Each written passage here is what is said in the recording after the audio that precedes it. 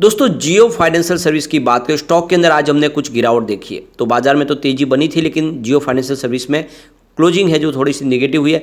कल हमने positive closing देखी थी। अब आप देख ही सकते हो कि स्टॉक एक तरह से देखें तो कंसोलिडेशन मोड में बहुत जल्दी यहाँ पे एक नई तेजी की शुरुआत भी होगी, और इसके पीछे वजह की कुछ बड़े फंड हाउस अच्छी खासी खरीदारी करें इस लेवल पे। अब आप देख ही सकते हो काफ़ी लोगों को शेयर बिल्कुल फ्री में मिले बोनस के रूप में रिलायंस के साथ में, तो वो यहाँ पे अपने कुछ शेयर प्रॉफिट बुकिंग के तौर बेच भी रहे, क्योंकि प्राइस काफ़ी समय से स्टेबल दिखा रही थी। तो उनको लग रहा है कि यहाँ पे इस समय प्रॉफिट बुक कर लिया जाए। लेकिन यहाँ पे कुछ बड़ी अपडेट निकल के आए जो इशारा करिए कि आने वाले समय में जियो फाइनेंशियल सर्विस में एक शानदार तेजी आ सकती है। इस समय जियो फाइनेंशियल सर्विस को बजाज फिनसर्व और बजाज फाइनेंशियल के साथ में कंपेयर किया, जिसकी प्राइस 2000 के आसपास है और 7000 के आसपास है। ऐसे में ये स्टॉक भी ऊपर जाने की संभावना तो बनी हुई है। तो क्या इस समय इन्वेस्टमेंट कर लेना चाहिए, जानने की कोशिश करेंगे इस वीडियो के माध्यम से। लेकिन फ्रेंड, उससे पहले अगर आप पहली बार हमारे चैनल पर आए तो चैनल को सब्सक्राइब कर दीजिए, एक बेल आइकॉन दबा दीजिए ताकि जब भी नया वीडियो बने पहला नोटिफिकेशन आपको मिले। वीडियो पसंद आए तो लाइक से जरूर कीजिए। चलो फ्रेंड्स, वीडियो स्टार्ट करते हैं। मैं हूं आपका दोस्त एस.बी. दवे और हमारे अपने चैनल ऑनलाइन कमाई में आपका बहुत बहुत स्वागत है। सबसे पहले अगर हम बाजार की बात करें तो आज BSE सेंसेक्स 67,838 के स्तर पर क्लोजिंग दी है, जहाँ पे 319 पॉइंट की शानदार तेजी बनी है, यानी 0.47% अपर क्लोजिंग दिया बाजार ने। तो बाजार तो आज काफ़ी अच्छा था, और देख सकते हो कि BSE फाइनेंशियल सर्विस में और भी अच्छी तेजी थी। 9,907 के स्तर पे करीब 61 पॉइंट की तेजी थी, यानी 0.63% की शानदार तेजी थी। उसके बावजूद भी यहाँ पे जियो फाइनेंशियल सर्विस में क्लोजिंग नेगेटिव रही है। आप देख सकते हो कि स्टॉक की शुरुआत 243 पर रही। शुरुआत पॉजिटिव हुई क्योंकि क्लोजिंग थी कल की 242 के आसपास। इंट्राडे में 244 का भी हमने हाई देखा, तो कुछ खरीदारी के दम पर स्टॉक ऊपर गया, लेकिन फिर दबाव देखने को मिला। 237 का इंट्राडे में लो बना है, लेकिन जो क्लोजिंग है वो थोड़ी ऊपर की तरफ है 239 पर, जहाँ पे 1.30% की गिरावट देखने को मिली। इसकी वॉल्यूम को देखें तो आज कुछ इजाफा हुआ है। पिछले एक महीने पहले इसका 8 करोड़ का वॉल्यूम था, 7 करोड़ की डिले उठाई गई थी।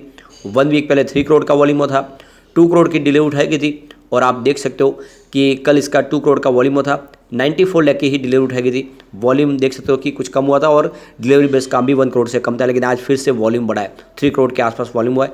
तो लोगों का रुझान स्टॉक की तरफ पॉजिटिव हुआ है।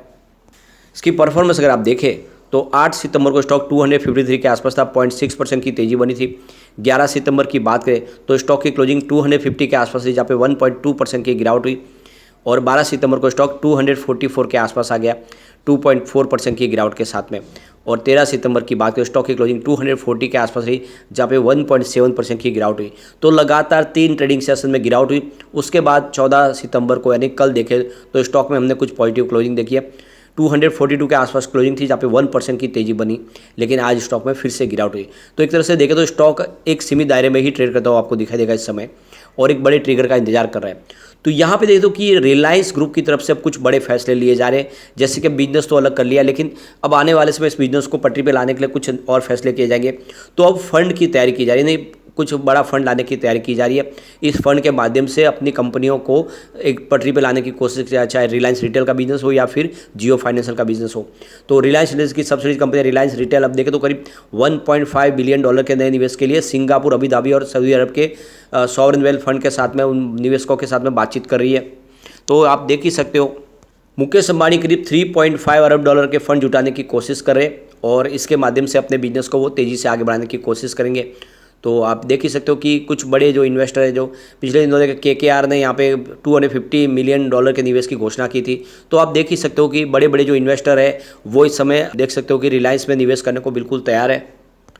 अबू धाबी की इन्वेस्टमेंट अथॉरिटी है ADIA, वो और सऊदी अरब की जो पब्लिक इन्वेस्टमेंट फंड है PIF, रिलायंस रिटेल में करीब $100 बिलियन के आसपास का निवेश करने के लिए कोशिश कर रहे हैं। तो कुल मिला के देखते हो कि आने वाले समय में जिस तरह से नया इन्वेस्टमेंट आएगा, उसके बाद में रणनीति बन जाएगी जियो फाइनेंशियल बिजनेस को किस तरह से आगे लेके जाना है। क्योंकि आप देखें तो ये सारे बिजनेस एक दूसरे से टाइप दिखाई देंगे।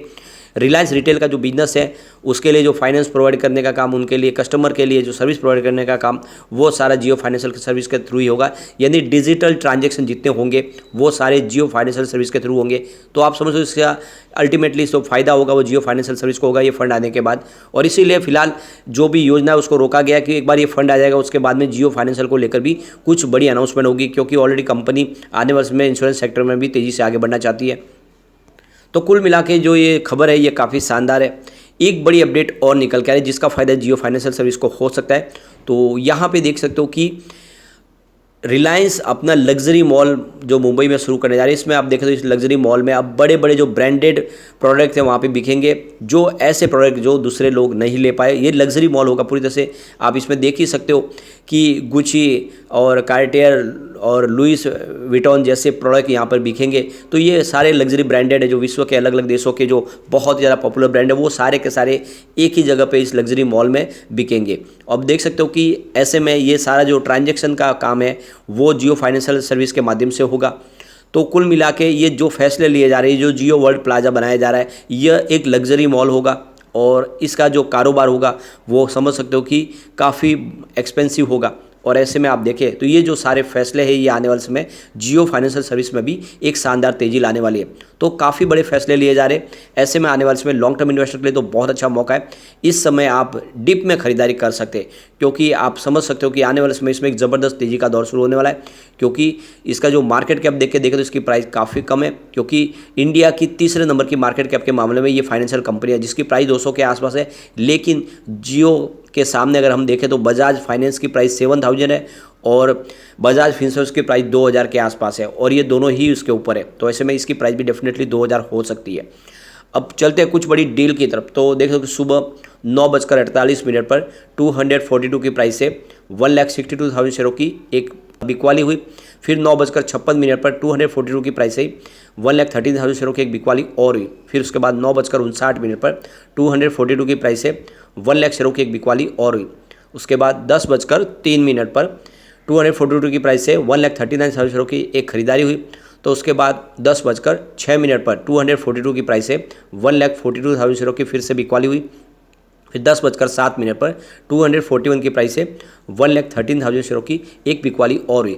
लेकिन उसके बाद 10:20 पर 241 की प्राइस से 2,08,000 शेयरों की एक बड़ी खरीदारी हुई। और फिर उसी समय 10:30 के आसपास 241 की प्राइस से 2,72,000 शेयरों की एक बड़ी खरीदारी और हुई। तो किसी बड़े फंड हाउस ने काफ़ी अच्छी खरीदारी की है।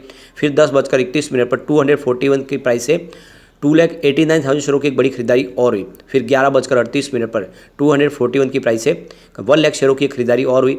उसके बाद 3:04 पर यहाँ पे देखो कि 241 के प्राइस से 1,63,000 शेयरों की शानदार खरीदारी हुई और इसी वजह से प्राइस बढ़ी। लेकिन उसके बाद में बाजार क्लोजिंग के समय कुछ बिकवाली फिर शुरू हुई। 3:06 पर 241 की प्राइस से 1,38,000 शेयरों की बिकवाली हुई।